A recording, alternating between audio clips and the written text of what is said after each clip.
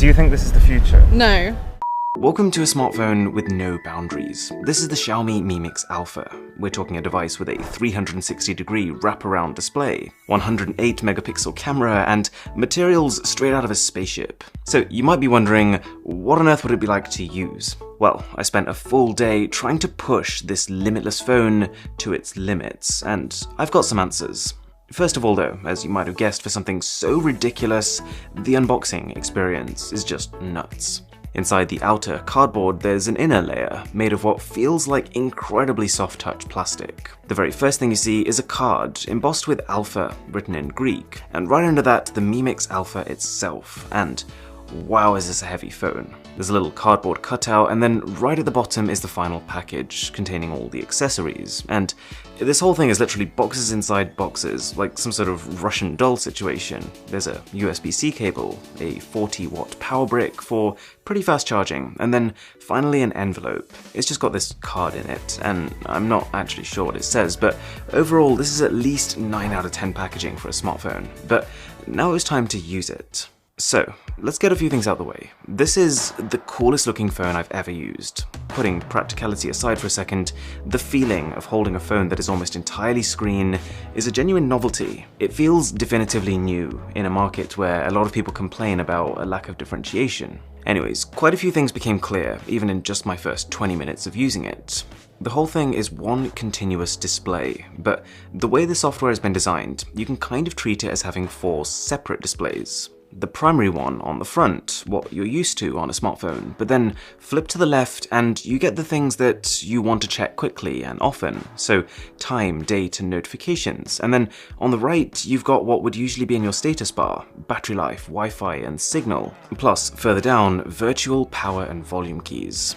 Finally, if you turn the whole thing, it's a rear display with all sorts of quick access widgets, but I'm going to come back to this. The total screen size comes to 7.92 inches, which sounds colossal, but that's actually the size of the longest diagonal going all the way round. So when you're just dealing with the front, it's bigger than average, but still kind of manageable. Now, because at all times you're touching some part of the display, going into this, I was initially worried that I'd be triggering applications left, right, and center. But actually, this was a non-issue. A combination of sensors mean that when you're using the phone from the front, the rear can be prevented from registering touches, and vice versa. So anyways, these were the kinds of thoughts that were going through my head on first impression, but I was also curious what other people thought. So I asked them, and their responses could be roughly split into 3 categories. The first was just that this is really cool. It looks different. I think the curved aspect of it makes it look quite appealing. Oh wow. How much is it? What is that? Is so cool. Yeah, it's impressing. Do you think it's revolutionary? Yeah. You think it is? Yeah. Is this the future of phones? Maybe. The second type of comment was that, actually, more than anything else, this design is just a little bit inconvenient. So you'd be constantly worried about dropping it? Yeah, I've broken a few. You've broken a few phones already? I would probably break that within a day, to be Probably fair. break it Yeah. within a day. Well, yeah, it's quite weighty as well. Okay, you don't see the appeal at all then? No. I mean, it's heavy. It's heavy? Yeah. Do you think this is the future? No. Why? To some extent, I'd agree with the impracticality. The Alpha, it's heavy and it's chunky, and people are rightly worried about the fragility.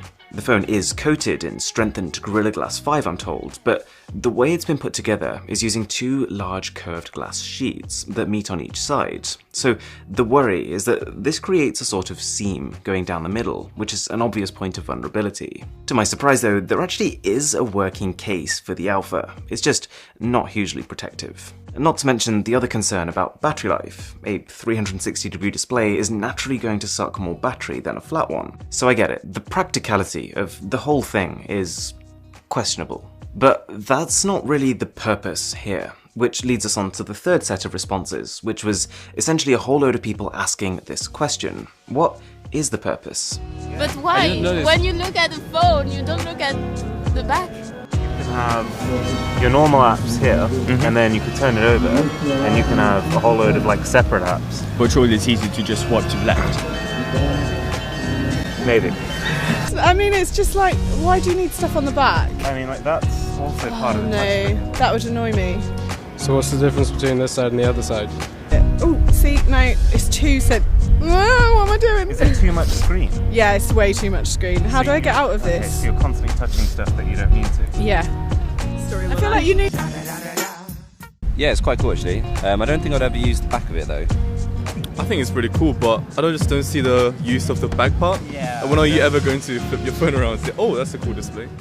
So the general consensus seems to be that, yes, the phone is cool, but there are some serious inconveniences, and because the benefits of the design aren't particularly clear, people can't see why they should put themselves through those inconveniences. I should remind you though, that the Mi Mix Alpha is a concept phone. This isn't Xiaomi saying, oh look, come and buy our ultra high-end flagship phone for $2,000. This is them saying, here's a cool experiment, let's see if it has any potential. And having spent an entire day with it, I genuinely think it does. It's just that the concept of this phone almost feels like it's ahead of what our current technology can actually make. This will hopefully make more sense towards the end of the video.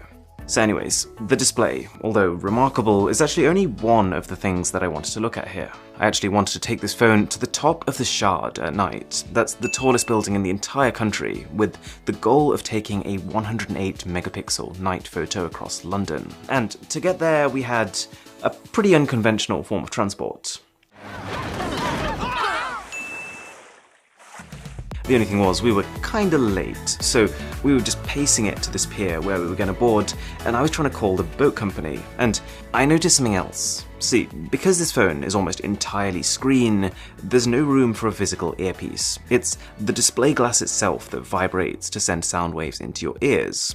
To be honest though, it wasn't great in my experience. Because the whole display is vibrating, that sound tends to be more scattered, versus a normal earpiece that fires sound directly into your ear. Anyways, when it came down to it, we had like 3 minutes to leg it to our boat, so you could probably imagine when we made it, it felt like literally something out of a low-budget Mission Impossible movie. This was fun.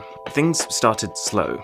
The boat just kind of sailed along. I got some nice footage from the phone, and it became apparent very quickly that the camera here is beastly. I was actually only recording this at 1080p resolution. We'll pretend that was on purpose, but even then, the footage looks so clean. The dynamic range is good. You can see clear details in the bright sky and the dark buildings, but probably the most noticeable improvement here versus most phones you're used to is that the camera sensor is quite literally multiple times the size. So when you're focusing on closer objects, it means you get a strong DSLR-like background blur effect. Then the boat picked up some pace. It started moving at around 55 kilometers an hour, which, when you're on choppy water, you feel it. Considering we were getting tossed around like noodles in a stir-fry at this point, I was quite impressed with the inbuilt optical image stabilization too. It turned the shuddery jumpiness of the boat into an almost glide-like experience. One of the few obvious advantages of having a 360-degree display like this is that you can use your main set of cameras for the front too. So just by turning the phone around, I could now use my ultra-wide camera to get wide selfie video, and it's good footage. We also got around 50 portrait mode selfies. The people on this boat must have thought I really liked myself. Now, just before we headed up to the Shard for our 108 megapixel nighttime photo, we had to kill some time. It wasn't quite dark enough yet, so I decided to have a real good think about the back of this phone. For starters, in terms of the materials, Xiaomi have spared little expense. You're looking at a titanium alloy frame, supposedly 3 times stronger than stainless steel, which is in itself stronger than aluminium. There's some pieces of ceramic and a sapphire glass coating to protect the cameras. So, when you turn the phone over, Xiaomi has put a whole number of widgets on the back. Things like a music player, a step counter, a voice recorder. And this, I think, is Xiaomi's biggest misfire. Think back to what those people we interviewed earlier were saying, that you don't need a rear display because you can only look at one display at once. And there's some truth to that. The biggest benefit of having a display that goes all the way around the phone is nothing to do with apps or widgets that you can only use on the back. There's nothing you can run on the back of your phone that you couldn't just pull up on the front. But this concept still has merit. I just think that the company needs to do a better job of communicating the possibilities. You've got the obvious perk we talked about earlier of being able to turn your phone around and use your main rear set of cameras as your selfie cameras, but there's so much more. So here are some ideas that I literally thought of in the last 20 minutes. Dual Dual profiles. What if you could have one set of accounts that are permanently logged in on the front of your phone and another set for the back, one for work, one for home, for example? And add to that, this is a dual SIM phone, so you could even configure it so that calls made from the front use one of the SIMs, and then when you flip it over, calls made from the back might use the other SIM. It's just a random example, but that effectively gives one phone the functionality of having two phones.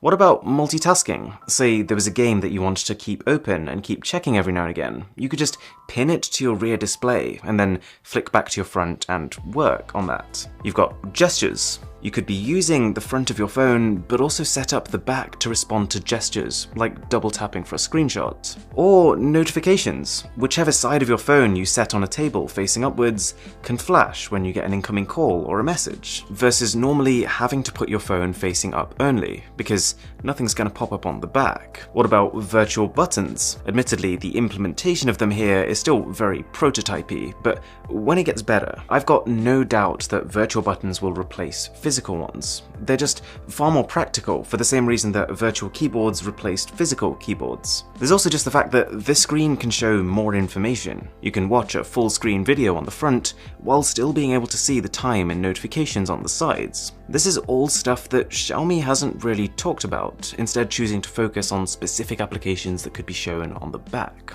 There's also an optical fingerprint scanner built into the display, but that's a pretty standard affair nowadays, and a single speaker on the bottom. Anyways, reflection period over. Night was coming, and it was time to head to that final location. And as someone who doesn't actually live in London, it is genuinely shocking how many people they can fit into one underground station. Anyway, we arrived at the Shard, where you take a combination of stairs and lifts to get you to the 72nd floor. From here, of course, London is little more than a blur. The view is absolutely spectacular, but so dark that even my main camera was struggling. So I took the phone out, snapped a full resolution photo, and this is what we got. Completely unedited, and if we zoom in, obviously it's not daytime level crisp, but you can see the features of each and every building and landmark. I probably sat there for 10 minutes just zooming in and around that photo, seeing what I could find. It really is something. And now, a couple of final things before I bring this all together. I wanted to see if you could apply a normal desktop wallpaper to this 360-degree screen, so I popped over to Google Images, downloaded one, and yeah, you can. And finally, the phone is powered by a Snapdragon 855 Plus chip, 12 gigs of RAM, and 512 gigs of fast UFS 3 storage. So the performance is a little behind phones with the latest Snapdragon 865 chipset, but it's still bordering on that cutting edge, with a 5G modem inside. So that was the Mi Mix Alpha, and my current conclusion is that I think it's almost a little bit ahead of its time. The idea of everything being a display, that's what we're moving towards, but the manufacturing methods and the software solutions needed for it, they aren't good enough to make it viable yet. Like, right at this moment in time, I think a form factor like this creates more problems than it fixes, but looking forward, I think it gets a lot right. And as a concept, for the sake of leading the way, guiding the market in a sense, I'm glad the Alpha exists, and you've got to applaud a company that's willing to experiment like this. If nothing else, it's exciting. Thanks a lot for watching, my name is Aaron, this is Mr. Who's the Boss, and I'll catch you in the next one.